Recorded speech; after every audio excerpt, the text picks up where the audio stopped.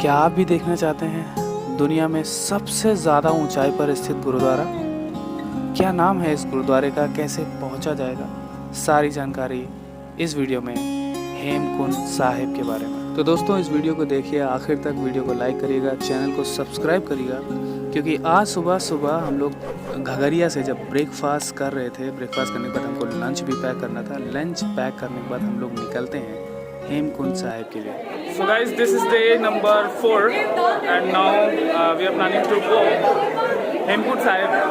So wish me luck. I will show you. There's too much noise because there are people who are shouting. Bye. I'll be your anything if you be the one to take me home. 'Cause right now everything makes me wanna leave this place and roam. Make me feel alive.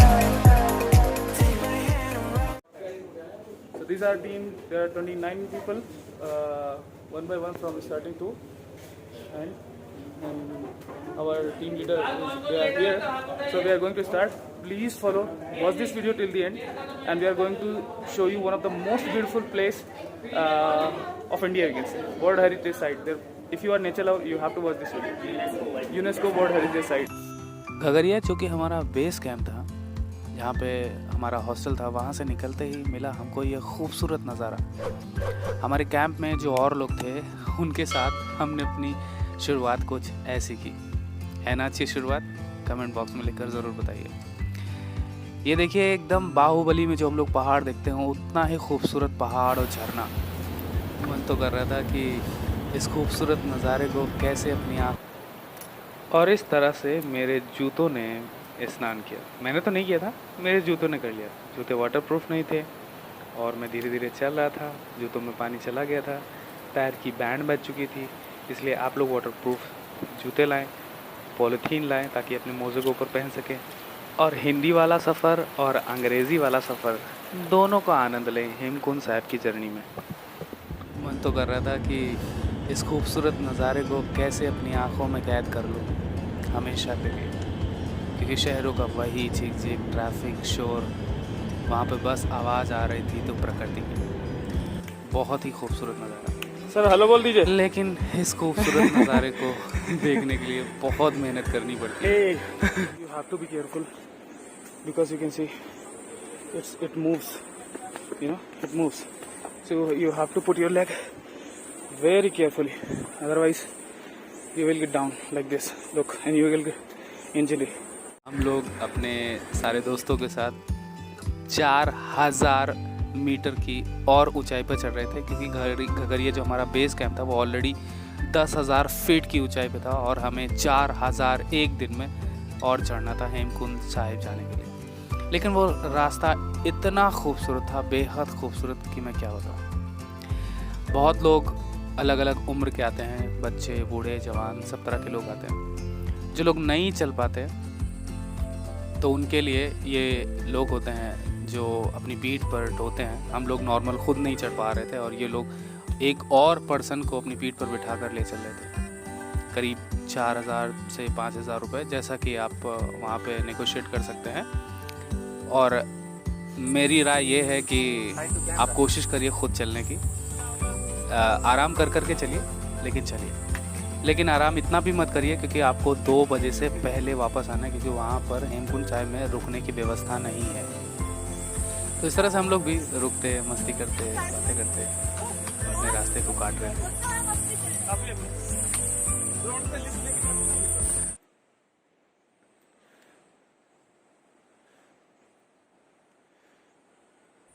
और अब जिसका मुझे सबसे ज़्यादा इंतज़ार था, पहाड़ों वाली मैगी।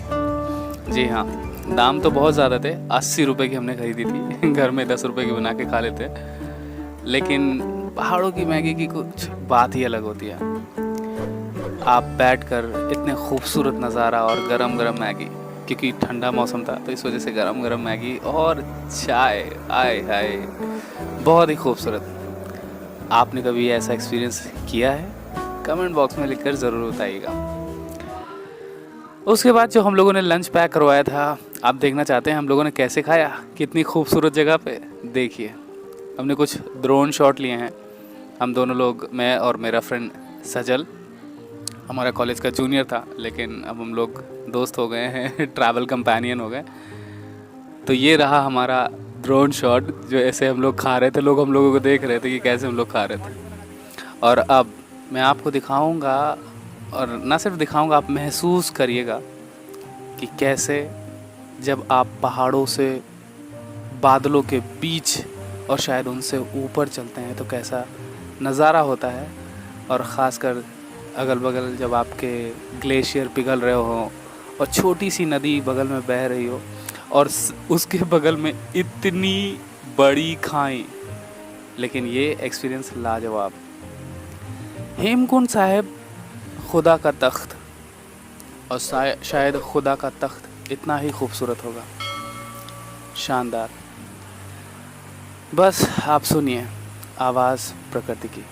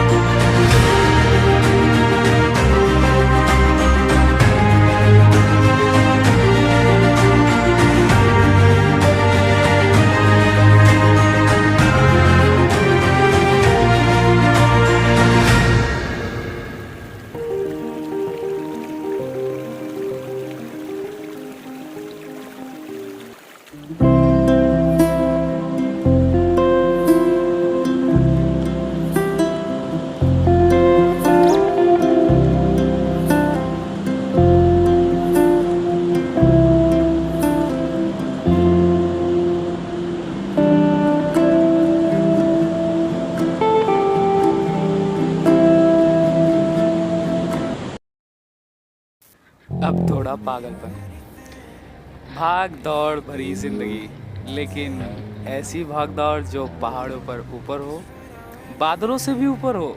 शानदार, ऐसा एक्सपीरियंस तो ज़रूर ज़िंदगी में एक बार बनता है। ज़रूर आइए हेमकुंड साहिब। लेकिन कुछ ख़ास बातें, सबसे पहले तो आपको जूते वाटरप्रूफ लेने चाहिए। मेरे नहीं थे, भीग गए थे, बहुत ठंड लग रही थी। पॉलीथीन ज़रूर लाइए, जो आप पहले मोज़ा पहनिए, फिर उसके ऊपर पॉलीथीन, और फिर उसके बाद आप आगे जर्नी करिए। पोंचो ज़रूर लाइए या फिर रेन कोट, ताकि आप भीगे ना, क्योंकि लौटते समय हम लोग भीग गए थे। ऊपर ठंड बहुत लगती है, इस वजह से थोड़ा चढ़ते वक्त आपको गर्मी लगेगी, लेकिन गर्म कपड़े ज़रूर लाइएगा।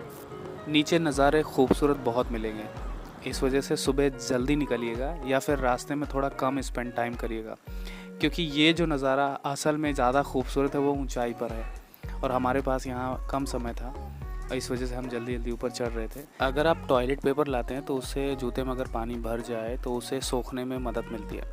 अब मैं आपको दिखाता हूँ उत्तराखंड का राजकीय पुष्प, जो कि सिर्फ हमने अब तक किताबों में पढ़ा था, ब्रह्म कमल। है ना खूबसूरत?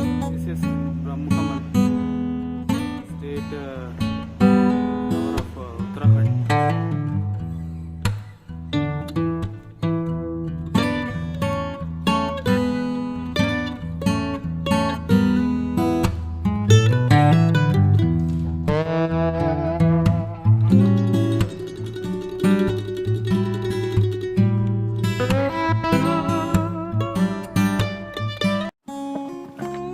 फिर आखिरकार हम पहुंच गए हेमकुंड साहिब।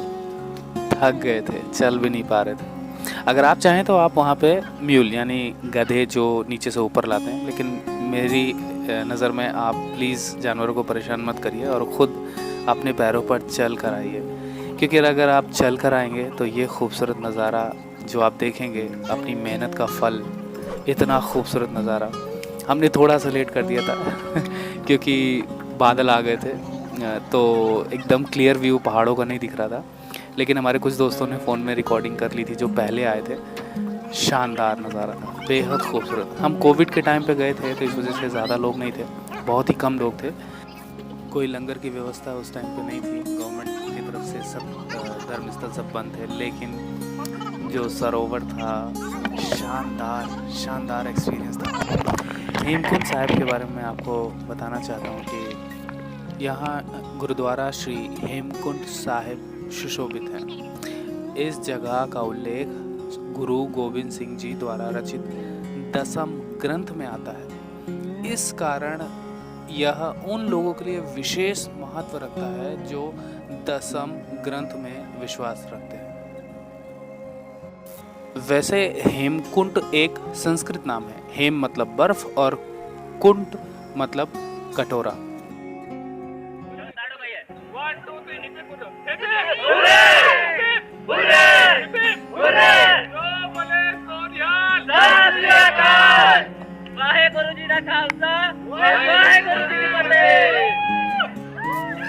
जिंदगी में कम से कम एक बार इस पवित्र जगह पर आना तो बनता है।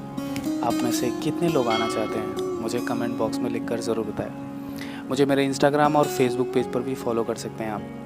कोई सवाल हो तो बेझिझक बेहिचक आप पूछ सकते हैं मेरे इंस्टाग्राम और फेसबुक पेज पर। ये वीडियो कैसी लगी कमेंट बॉक्स में लिखकर ज़रूर बताइएगा। प्लीज़ चैनल को ज़रूर सब्सक्राइब करिएगा और वीडियो को लाइक करिएगा। सत श्री अकाल। Por favor, inscríbete ahora y aprieta la campana para recibir las notificaciones de mis nuevos videos.